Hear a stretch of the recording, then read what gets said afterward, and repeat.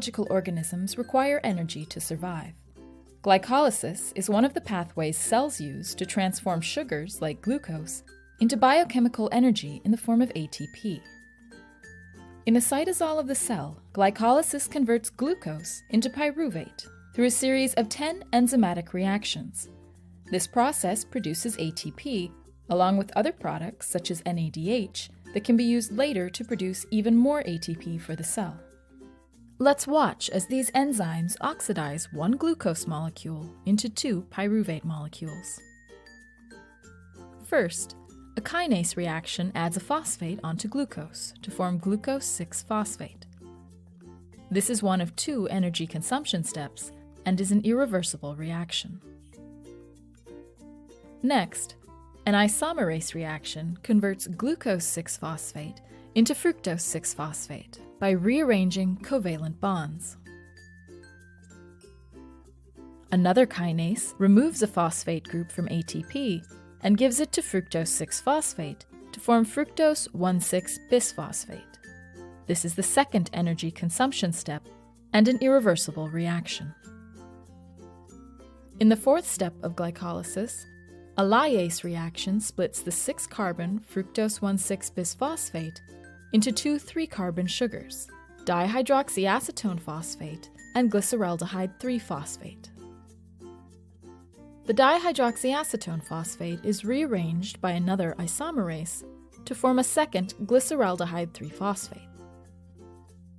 At this point in glycolysis, glucose has been metabolized into two glyceraldehyde 3-phosphates and two ATPs have been consumed. The next 5 steps of glycolysis are the energy-producing phase. In step 6, both glyceraldehyde 3-phosphates are oxidized to 1,3-bisphosphoglycerate by a dehydrogenase. This step produces one NADH for each oxidized glyceraldehyde 3-phosphate, for a total of 2 NADHs. These NADHs are later used to produce more ATP for the cell.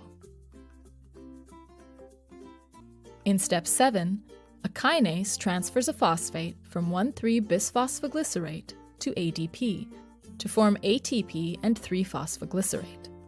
This step is reversible even though ATP is formed.